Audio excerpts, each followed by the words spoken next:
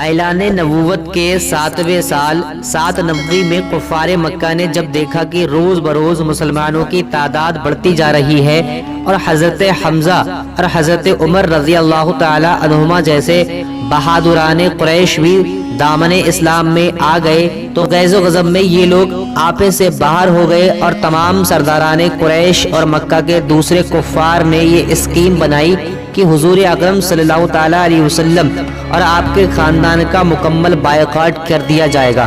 اور ان لوگوں کو کسی تنگ اور تاریک جگہ میں محصور کر کے ان کا دانہ پانی بند کر دیا جائے تاکہ یہ لوگ مکمل طور پر تباہ و برباد ہو جائیں۔ چنانچہ اس خوفناک تجویز کے مطابق تمام قبائل قریش نے آپس میں یہ معاہدہ کیا کہ جب تک بنی ہاشم کی خاندان والے حضور اکرم صلی اللہ تعالی علیہ وسلم کو قتل کے لیے ہمارے حوالے نہ کر دیں، کوئی شخص بنو ہاشم کے خاندان سے شادی بیاہ نہ کرے، کوئی شخص ان لوگوں کے ہاتھ کسی قسم کے سامان کی خرید و فروخت نہیں کرے گا، کوئی شخص ان لوگوں سے میل جول سلام اور کلام اور ملاقات اور باتیں نہیں کرے گا، کوئی شخص ان لوگوں کے پاس کھانے پینے کا سامان نہ جانے دے۔ منصور بن اکرمہ نے اس معاہدے کو لکھا اور تمام سرداران قریش نے اس پر دستخط کر کے اس دستاویز کو کعبے کے اندر آویزہ کر دیا۔ ابو طالب مجبوراً حضور اقدس صلی اللہ تعالی علیہ وسلم اور تمام خاندان والوں کو لے کر پہاڑ کی اس گھاٹی میں جس کا نام شیب ابی طالب تھا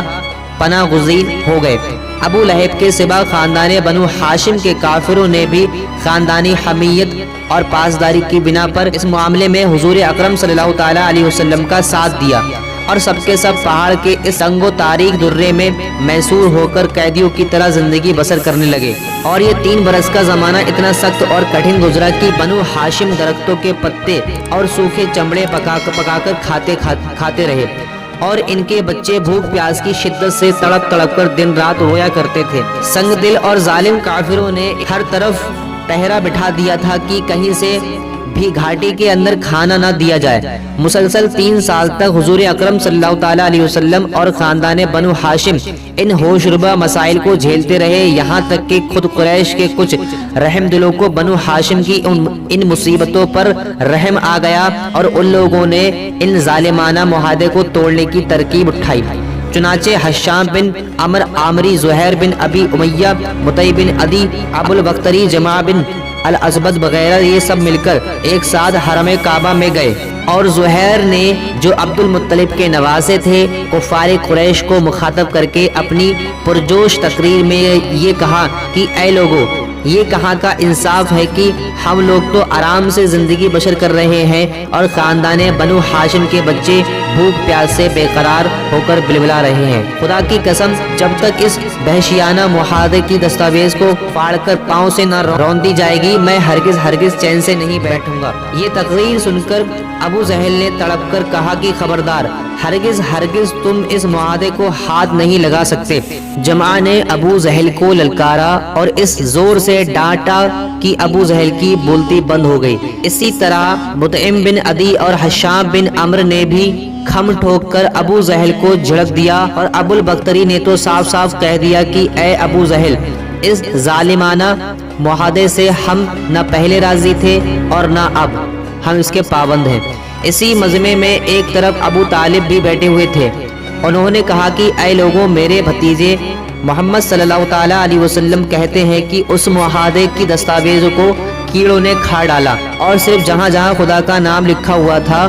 اس کو کیڑوں نے چھوڑ دیا ہے۔ لہٰذا میری رائے یہ ہے کہ تم لوگ اس دستاویز کو نکال کر دیکھو اور اگر واقعی اس کو کیڑوں نے کھا لیا ہے جب تو اس کو چاک کر کے پھینک دینا چاہیے، اور اگر میرے بھتیجے کا کہنا غلط ثابت ہوا تو میں خود حضرت محمد صلی اللہ تعالیٰ علیہ وسلم کو تمہارے حوالے کر دوں گا۔ یہ سن کر مطیع بن عدی کعبے کے اندر گیا اور دستاویز کو اتار لایا اور سب لوگوں نے اس کو دیکھا تو واقعی اللہ کے نام کے سوا پوری دستاویز کو کیڑوں نے کھا ڈالا تھا۔ مطیع بن عدی نے سب کے سامنے اس دستاویز کو پھاڑ کر پھینک دیا، اور پھر قریش کے چند بہادر باوجود کہ یہ سب کے سب اس وقت کفر کی حالت میں تھے، ہتھیار لے کر گھاٹی میں پہنچے اور خاندان بنو ہاشم کے ایک ایک آدمی کو وہاں سے نکال لائے اور ان کو ان کے مکانوں میں آباد کر دیا۔ یہ واقعہ 10 نبوی کا ہے۔ منصور بن اکرمہ جس نے اس دستاویز کو لکھا تھا، اس پر یہ قہر الہی ٹوٹ پڑا کہ اس کا ہاتھ شل ہو کر سوکھ گیا۔ حضور اقدس صلی اللہ تعالیٰ علیہ وسلم شب ابی طالب سے نکل کر اپنے گھر میں تشریف لائے اور چند ہی روز کفار قریش کے ظلم و ستم سے کچھ امان ملی کہ ابو طالب بیمار ہو گئے اور گھاٹی سے باہر آنے کے 8 مہینے بعد ان کا انتقال ہو گیا۔ ابو طالب کی وفات حضور اکرم صلی اللہ تعالیٰ علیہ وسلم کے لیے ایک بہت ہی جاگداز اور روح فرشا حادثہ تھا، کیونکہ بچپن سے جس طرح پیار اور محبت کے ساتھ ابو طالب نے آپ صلی اللہ تعالیٰ علیہ وسلم کی پرورش کی تھی اور زندگی کے ہر موڑ پر جس جانثاری کے ساتھ آپ کی نصرت اور دستگیری کی اور آپ کے دشمنوں کے مقابل سینہ سپر ہو کر جس طرح آلام و مصائب کا مقابلہ کیا، اس کو بھلا حضور اکرم صلی اللہ تعالیٰ علیہ وسلم کس طرح بھول سکتے تھے؟ یعنی نبی اور مومنین کے لیے جائز ہی نہیں کہ وہ مشرکین کے لیے مغفرت کی دعا مانگے، اگرچہ وہ رشتہ دار ہی کیوں نہ ہو، جب انہیں معلوم ہو چکا ہے کہ مشرکین جہنمی ہے۔ حضور اقدس صلی اللہ تعالیٰ علیہ وسلم کے قلب مبارک پر ابھی ابو طالب کے انتقال کا زخم تازہ ہی تھا کہ ابو طالب کی وفات کے 3 دن یا 5 دن کے بعد حضرت بی بی خدیجہ رضی اللہ تعالیٰ عنہا کی دنیا سے رحلت فرما گئی۔ مکہ میں ابو طالب کے بعد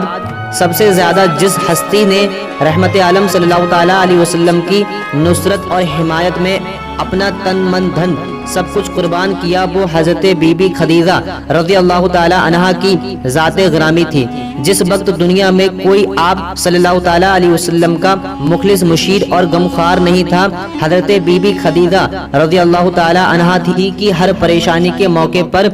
پوری جانثاری کے ساتھ آپ صلی اللہ تعالیٰ علیہ وسلم کی غمخواری اور دلداری کرتی رہتی تھی۔ اس لیے ابو طالب اور حضرت بی بی خدیجہ رضی اللہ تعالیٰ عنہا دونوں کی وفات سے آپ صلی اللہ تعالیٰ علیہ وسلم کے مددگار اور غم گسار دونوں ہی دنیا سے اٹھ گئے، جس سے آپ کے قلب نازک پر اتنا عظیم صدمہ گزرا کہ آپ نے اس سال کا نام ام الحزن یعنی غم کا سال رکھ دیا۔ حضرت بی بی خدیجہ رضی اللہ تعالیٰ عنہا نے رمضان 10 نوی میں وفات پائی۔ وقت وفات 65 برس کی عمر تھی۔ مقام حزون قبرستان جنت المالا میں مدفون ہوئی۔ حضور رحمت عالم صلی اللہ تعالیٰ علیہ وسلم خود و نفس نفیس قبر میں اترے اور اپنے مقدس ہاتھوں سے ان کے جسم مبارک کو زمین کے سپرد کیا۔ مکہ والوں کے اناد اور سرکشی کو دیکھتے ہوئے جب حضور رحمت عالم صلی اللہ تعالیٰ علیہ وسلم کو ان لوگوں کے ایمان لانے سے مایوسی نظر آئی تو آپ صلی اللہ تعالیٰ علیہ وسلم نے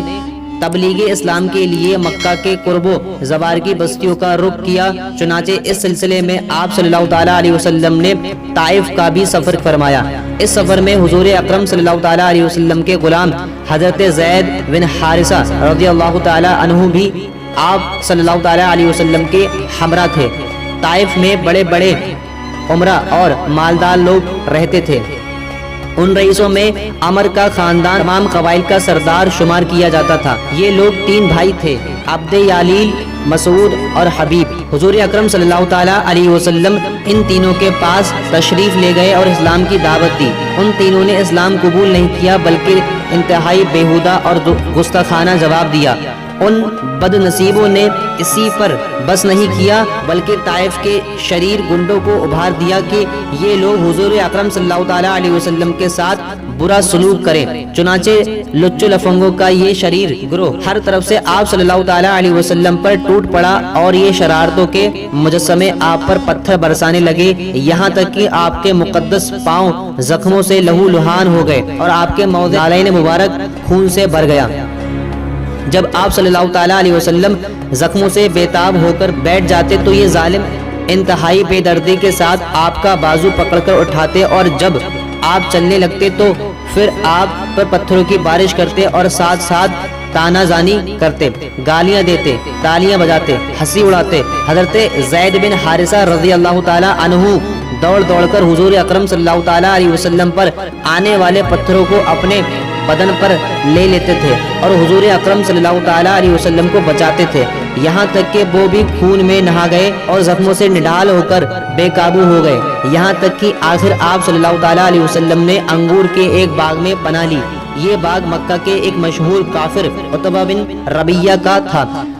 حضور اکرم صلی اللہ تعالیٰ علیہ وسلم کا یہ حال دیکھ کر عتبہ بن ربیہ اور اس کے بھائی شیبہ بن ربیہ کو آپ پر رحم آ گیا اور کافر ہونے کے باوجود خاندانی حمیت میں جوش مارا، چنانچہ ان دونوں کافروں نے حضور اکرم صلی اللہ تعالیٰ علیہ وسلم کو اپنے باغ میں ٹھہرایا اور اپنے نصرانی غلام عداس کے ہاتھ سے آپ کی خدمت میں انگور کا ایک گوشہ پیش کیا۔ حضور اقدس صلی اللہ تعالیٰ علیہ وسلم نے بسم اللہ پڑھ کر گوشے کو ہاتھ لگایا اور تو حداس تعجب سے کہنے لگا کہ اس اطراف کے لوگ تو یہ کلمہ نہیں بولا کرتے۔ حضور اکرم صلی اللہ تعالیٰ علیہ وسلم نے اس سے دریافت فرمایا کہ تمہارا وطن کہاں ہے؟ عداس نے کہا کہ میں شہر نینوا کا رہنے والا ہوں۔ آپ صلی اللہ تعالیٰ علیہ وسلم نے فرمایا کہ وہ حضرت یونس